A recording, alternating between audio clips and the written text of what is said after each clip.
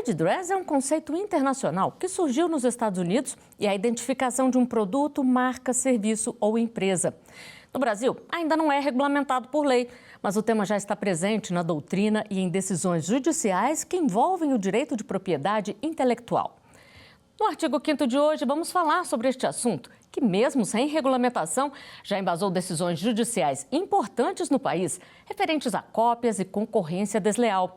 Antes de começarmos, vamos ver o que diz o artigo 5º da Constituição. A lei assegurará aos autores de inventos industriais privilégio temporário para sua utilização, bem como proteção às criações industriais, à propriedade das marcas, aos nomes de empresas e a outros signos distintivos, tendo em vista o interesse social e o desenvolvimento tecnológico e econômico do país. Sobre o tema, eu converso online com Felipe Duque, procurador da Fazenda Nacional. E aqui no estúdio com Bruna Zanini, que é advogada especialista em direito empresarial e também vice-presidente da Comissão de Propriedade Industrial da OAB-DF. Muito obrigada pela participação de vocês aqui no artigo 5º. Doutor Felipe, gostaria que o senhor começasse explicando melhor para a gente o que é o trade dress. É uma grande satisfação conversar sobre esse termo trade dress, porque ele apresenta de fato uma grande relevância no âmbito da propriedade intelectual. E para a gente entender melhor, eu posso inclusive aqui fazer até uma analogia ou contar uma história, mas no fundo estamos com duas mulheres elegantíssimas aqui no programa, a doutora Flávia e a doutora Bruna, e de certo modo a gente pode imaginar, por exemplo, que é como se vocês fossem uma festa, né? E aí essa combinação, né, da roupa da Flávia, da Bruna, o penteado, né, o perfume, os acessórios que cada um utilizam e até a maneira como elas se comportam, é como se isso, portanto, criasse uma impressão única, uma impressão distintiva que faz com que todas as pessoas a reconheçam e diferencie elas das demais. Então, em termos jurídicos, o trade dress, ele se refere a esse conjunto de características visuais e também de estilo, né, de um produto, de um serviço, até de um estabelecimento comercial, que vai tornar, portanto, isso reconhecível para o público e também isso diferenciado dos demais do mercado. Isso vai incluir, obviamente, elementos como design, como as cores, até como formato e como esse produto vai se dispor numa loja. Mais fácil de entender, doutor Felipe, e a gente agradece a analogia, né, doutora Bruna? Exatamente. Agora, de que forma que trade dress chega aos tribunais, doutora Bruna? Veja, como tudo que tem no mercado, todas as relações comerciais são bem dinâmicas, né? O doutor muito bem trouxe que quando uma empresa nasce, ela vem com todo um aparato de características próprias. Quando um concorrente, por exemplo, tenta de alguma maneira se apropriar daquelas características, a gente se aproxima de algo que a gente chama de concorrência desleal. A grande maioria das discussões que envolvem trade dress hoje na justiça estão no rumo de concorrência desleal. Tem problema eu concorrer com o meu concorrente? Não. Agora, a partir do momento que você começa a se parecer, a se assemelhar de tal maneira que traga algum tipo de ruído na visão do consumidor sobre quem de fato está vendendo aquele produto ou serviço, aí nós podemos chegar à discussão sobre concorrência desleal. Isso beira uma pirataria, porque fica ali aquela cópia, vamos dizer assim? Veja, quando uma marca nasce, eu sempre falo isso, né? A gente trabalha todo santo dia com empresários e quando uma marca nasce, ela vem com o enxoval dela, né? Ela vem ali com a identidade visual, com todo aquele aparato que é toda uma construção intelectual sobre aquilo. Quando uma outra marca se apropria de algo criado para identificação de determinada marca, então não é exatamente uma pirataria, porque apenas se for de um produto específico, né? Mas a gente pode ver na linha do plágio, talvez, algum elemento ali protegido por direito autoral, sendo plagiado. São várias discussões que envolvem, por exemplo, um layout específico, uma combinação de cores, uma combinação de letreiro com design de loja. Tem muita coisa envolvida que identifica determinada marca ou serviço ou produto. Doutor Felipe, e qual a relação aí, já que a gente está falando, né, do intelectual, entre os direitos de propriedade intelectual e o trade dress? Flávia, a Bruna bem pontuou sobre a problemática central, né? O trade dress ele tem que ser protegido tendo em vista a concorrência desleal. O problema é você imitar.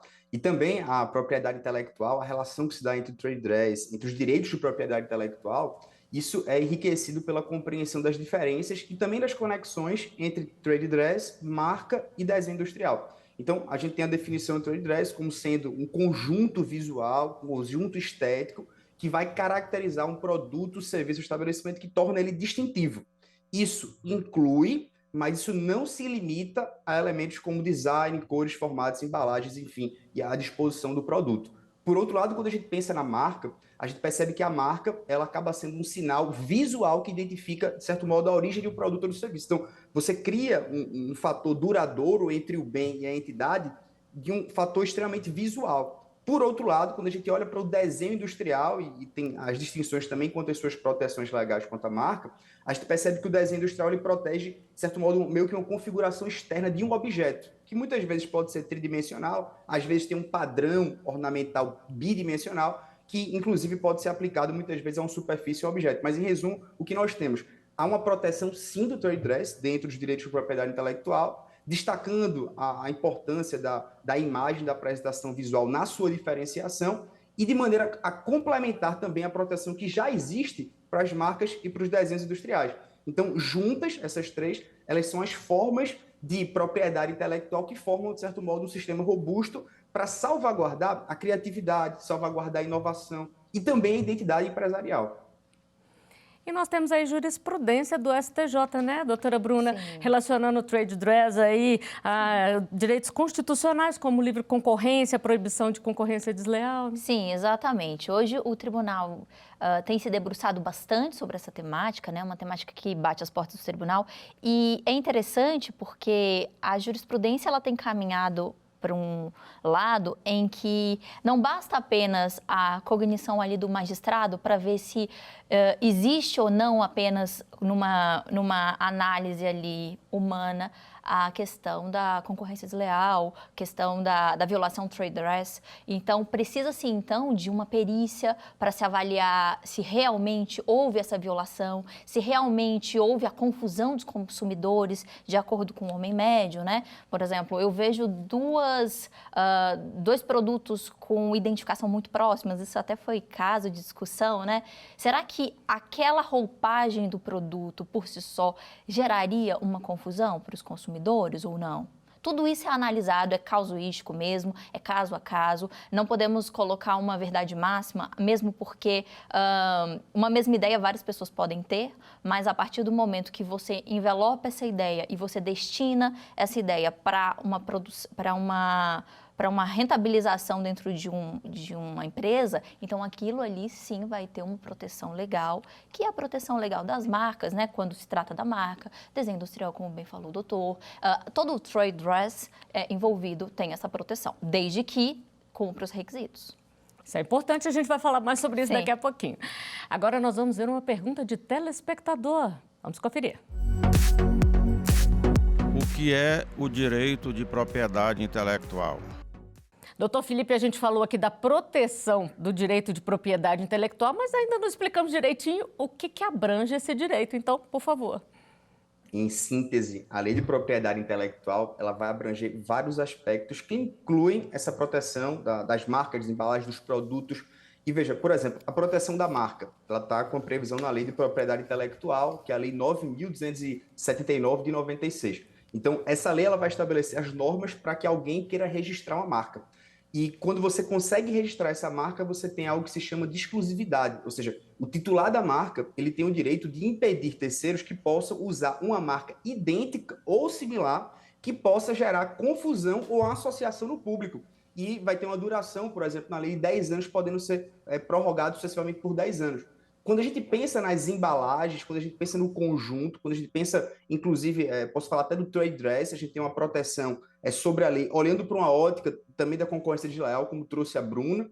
E, por outro lado, a gente pode falar dos produtos, em que os produtos geralmente estão protegidos pelo que a gente chama de desenho industrial, que é basicamente você proteger aspectos estéticos do produto, que geralmente é realizado através desse desenho industrial. Isso vai incluir a forma do produto, os padrões do produto, inclusive as linhas, né, os contornos, até a cor, inclusive, do produto.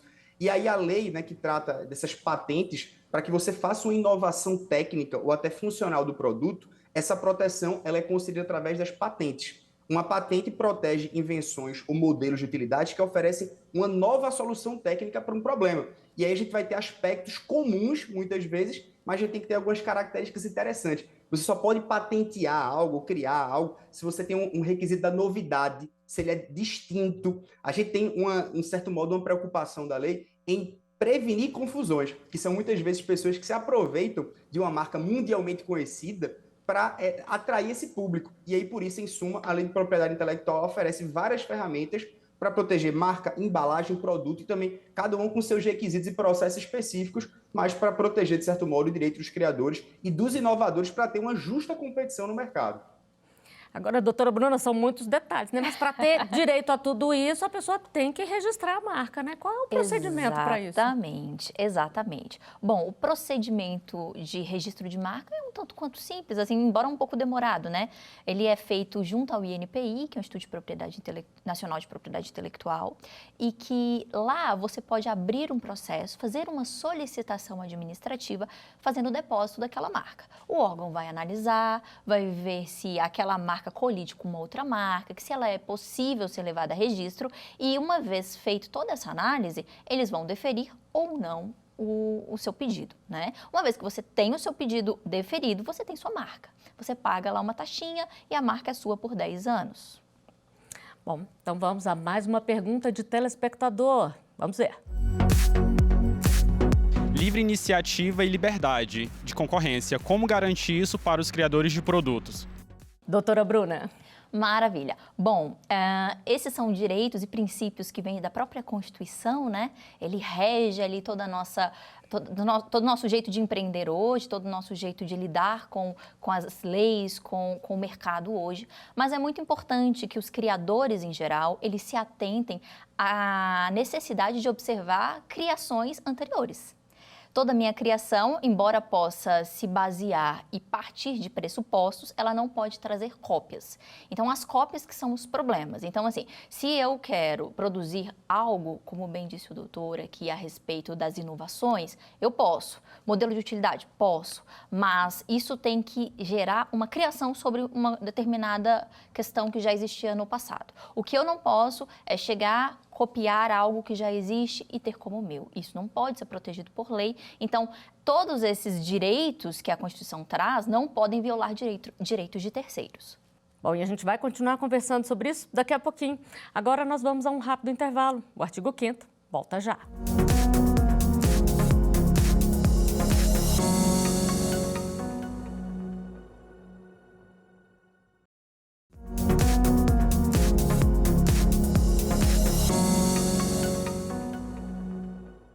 O artigo 5º está de volta, hoje falando sobre trade dress, conjunto de características que identificam um produto, marca, serviço ou empresa.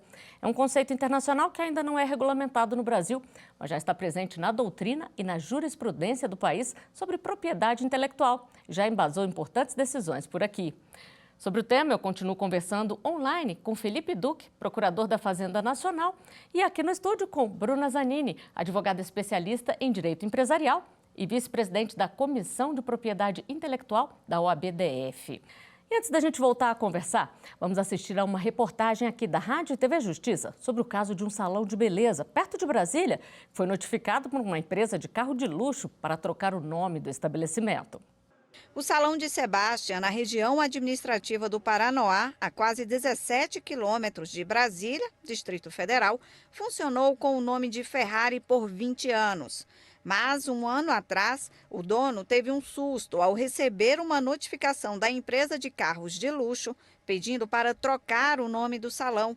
Caso contrário, Sebastião teria que pagar uma multa. A gente poderia pagar uma multa no valor de R$50 mil e mais R$10 mil de honorário de advogado. Foi um susto para mim que não foi muito bom. Até hoje, então, de lá para cá eu não fiquei muito bem emocionalmente, hoje que estou melhorando mais. Para não pagar a multa, Sebastião teve de refazer a identidade e reformar o salão.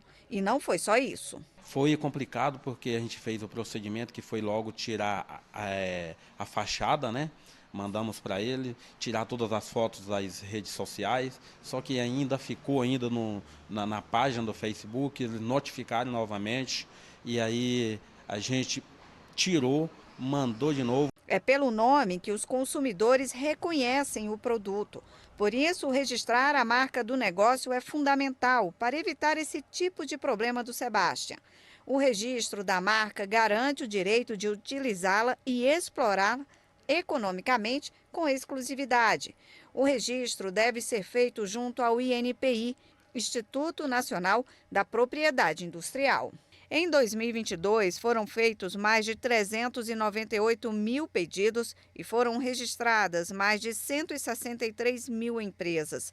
Nos 2 primeiros meses de 2023, o INPI recebeu mais de 56 mil pedidos e emitiu mais de 37 mil registros. Segundo o Sebrae Nacional, no ano passado foram abertas mais de 3 milhões e 600 mil empresas no Brasil. Diante da demanda, o Judiciário tem discutido o conflito de registro de marcas. Recentemente, o Superior Tribunal de Justiça reconheceu a validade do registro de 2 marcas semelhantes.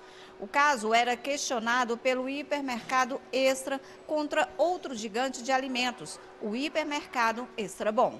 Apesar dos 2 hipermercados utilizarem a palavra extra, os ministros do STJ consideraram que a escrita e a fonética das marcas se diferenciam pela adição do sufixo bom, criando outra palavra.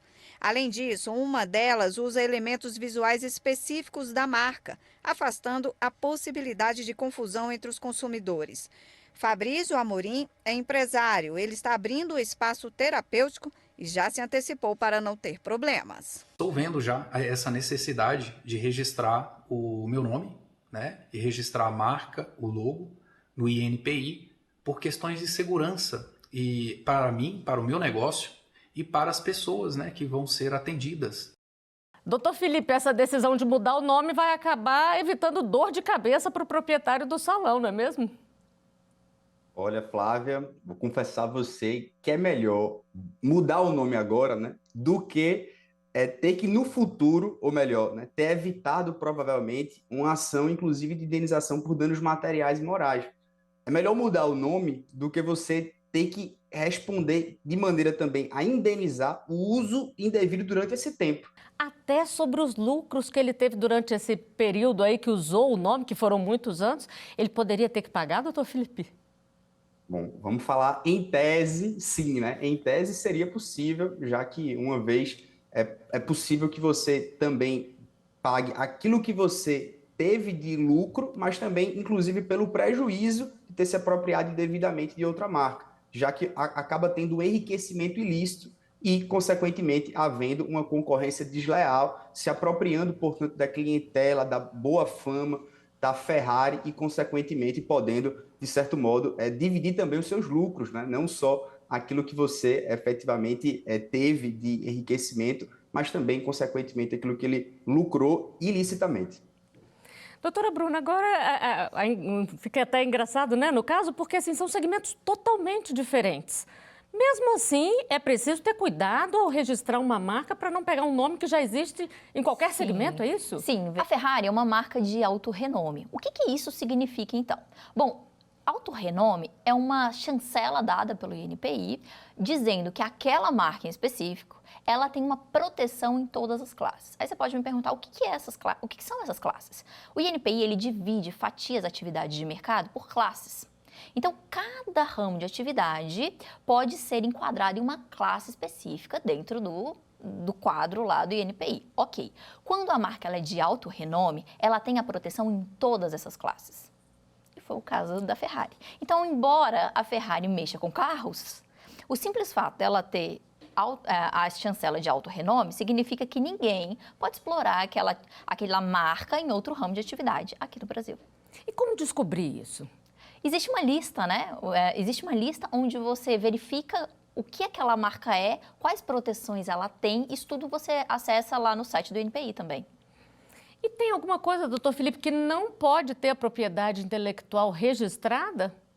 É interessante isso, porque no fundo, Flávia, a gente fala, né, há várias categorias de criações e, por exemplo, a doutora Bruna ressaltou, as ideias, elas não podem ser protegidas como propriedade intelectual. O artigo 8º, ele vai delinear, principalmente devido a natureza e também aquela característica, a falta de originalidade. Ou então porque você não cumpre os critérios específicos da lei de propriedade industrial. Então, o artigo 8º, por exemplo, ele vai dizer que ideias ou então conceitos ou métodos que são muito abstratos, ou seja, geralmente quando a gente começa a proteger algo que não tem uma materialização, não se torna possível registrar.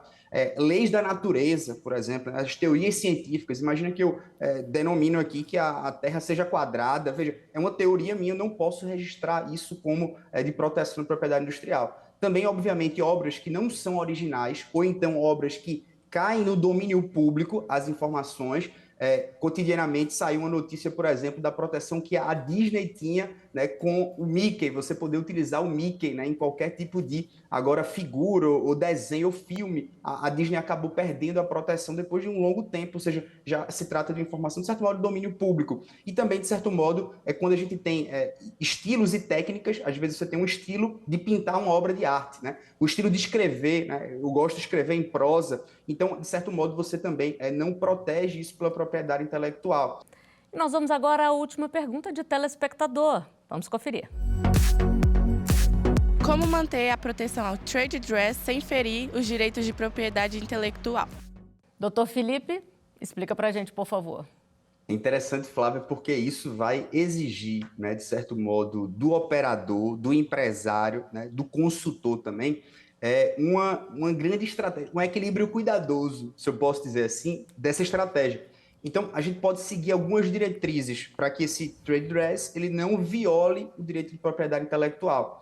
E é importante que o ministro Marco Aurélio Belísio do STJ, ele chega a dizer, portanto, que há uma proteção sim no trade dress, isso aí não há dúvidas.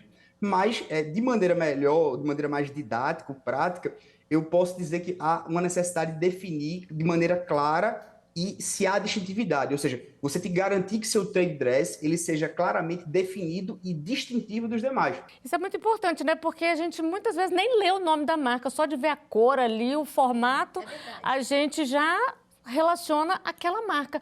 Uma empresa que faz isso aí muito parecido, com o propósito já de confundir o consumidor mesmo, ela pode ser punida também, além de não ter esse registro, doutor Felipe? Com certeza, Flávia, essa imitação, de certo modo, ela é punida e de maneira, obviamente, justa, né? Porque imagine que você não inova no mercado, você não tem um projeto original e você quer se valer, portanto, justamente da confusão mental do cidadão comum, que geralmente já vai pegando o produto, ele se parece. Então, quando você chega na prateleira e se parece, e aí quando você ainda olha o preço e vê que o preço está menor, você fala, deve ser igual mesmo. E aí você leva, e aí você compra, e aí você usa o serviço. Então, a ideia justamente é que você se vale do requisito de segurança, de confiabilidade da marca, mas você, consequentemente, infringe os direitos de propriedade intelectual. Doutora Bruna, o doutor Felipe falou da questão do Mickey, que entrou em domínio público. E no caso das marcas, também podem entrar em domínio público?